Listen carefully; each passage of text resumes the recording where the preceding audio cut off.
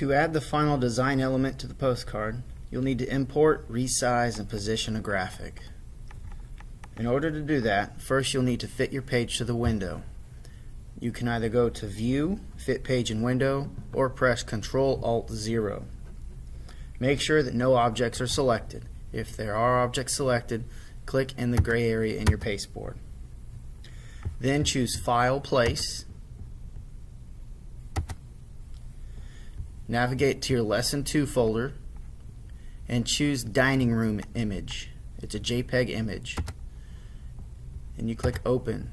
You'll notice that the cursor has a loaded image on it right here, and you can click anywhere on this frame because we will be modifying it. So just click anywhere you'd like. You'll notice it's really large right now. We're going to be scaling that down. In order to zoom out, all you need to do is click on Control minus. We're going to zoom out for that picture. You'll notice it's very big. And you click and drag to make the bar small, to make the picture smaller, and then you click and drag it back into place, and click and drag, and click and drag it back into place, and click and drag, and click and drag it back into place. Now that we have an image that it's basically a almost reasonable size, I press Control plus to zoom back in. I can make it a little more reasonable by putting it in this box right here. You can see little green lines on the outside frame if you match up the box lines with the grid lines. And then you'll notice it's all blurry. So if this happens, all you need to do is right click and then go to Fitting, and then Fit Frame Proportionally or Fit Content Proportionally. Or you can go to Object and go to Fitting and do Fit Frame Proportionally or Fit Content Proportionally. Another way you can place an image, I'm going to delete that by pressing the delete key, is you can make a rectangle frame tool with this right here and make a place for an image itself. And there's a big X there for an image that will be placed there. And then you go up to File, and then you go to Place. If you notice, this box has the white bars on it, which means that box is selected. I can select my dining room image, and there's my dining room image. I can go back to Object, Fitting. If I fit frame proportionally, that's what it looks like. If I go to Object, Fitting, if I fit content proportionally, it's basically the same thing. Another way to resize the image, you can press and hold Control and drag it, and that makes the image smaller as well. I want you to place this image where you feel it might look best. You may think it looks best like with these other two images on the bottom, where it has a slight cut to the bottom of the other images. You may like it where it's up here, whichever pleases your aesthetic as well as you'd like. If you look carefully on this image that is already selected, there's a little content collector right here. It looks like a little donut. If you click and hold, you can drag that anywhere you please. If you drag it over here, you can see now the content is just that. If you click the donut again, you can drag it back to the frame. You'll notice it snaps back in once you see the green lines all along the frame.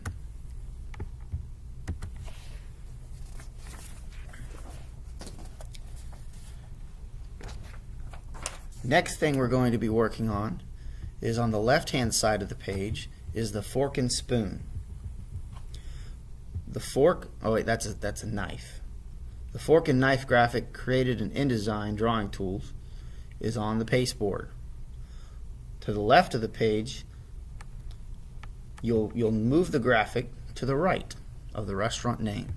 So select the graphic, and then you're going to move it to the right of where it says the restaurant name. If you like it further over, then place it further over.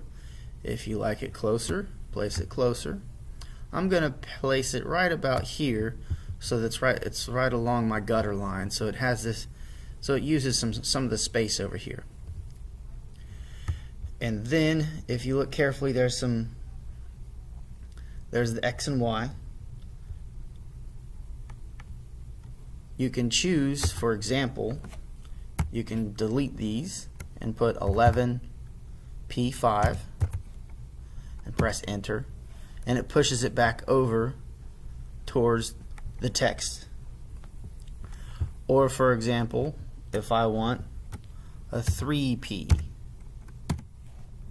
it pushes it over towards the text. These X, Y, W, H coordinates, they move the image. In this case, I like it over here. It looks more aesthetically pleasing. With your image selected still, come up to the angle, the rotation angle, and change that to 30. You can type 30, or you can use the drop down bar and press enter. You'll notice it turns.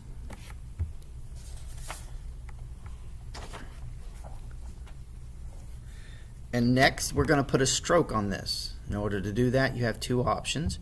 Option one is you can go to Window and you can go to Stroke to select it, or you can come to the Stroke panel over here.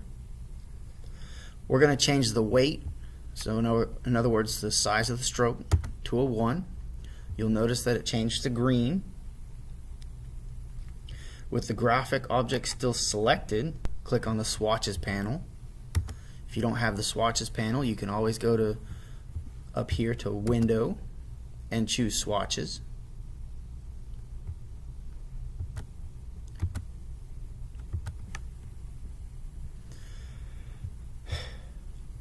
Click the stroke box, which is selected right here, and you're going to choose a color.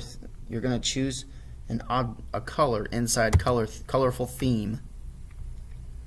It's going to be 41 25 96 13, which coincidentally it's already selected, which makes this outside border a green. Click the fill box. You'll notice this green frame is the stroke. The white one behind it is called the fill. If you click on it, it'll move it forward. And we're going to change this fill to the C17, M88, Y100, and K0.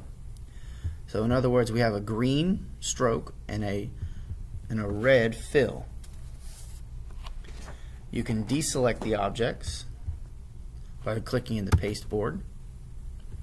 And let's close out the Swatches panel. And let's fit this page to the window. Control-Alt-0. Now we're going to work with some object styles, and just like paragraph styles, you can quickly and consistently format objects by saving attributes and styles with this object styles. If you don't have the object styles panel, you can come up here to Window, you can go to Styles, and you can choose Object Styles. I prefer placing my panel icons on my panel instead of leaving open boxes. Using the selection tool, click the text frame at the left containing starters and small plates.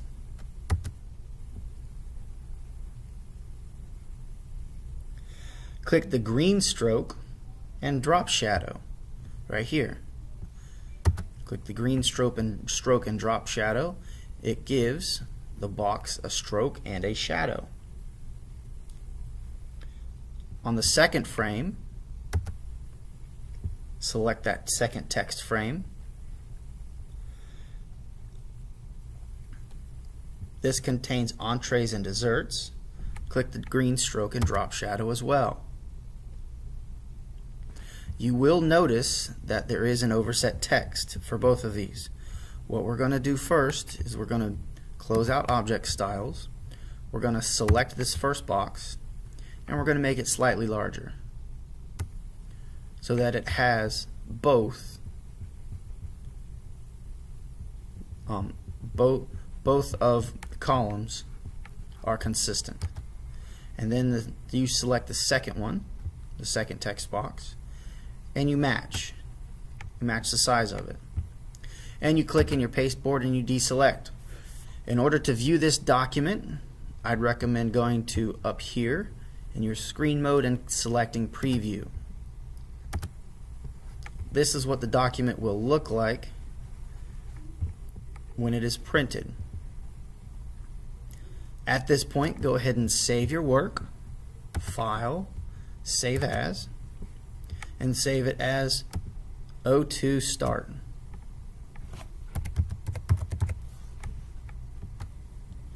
And click Save.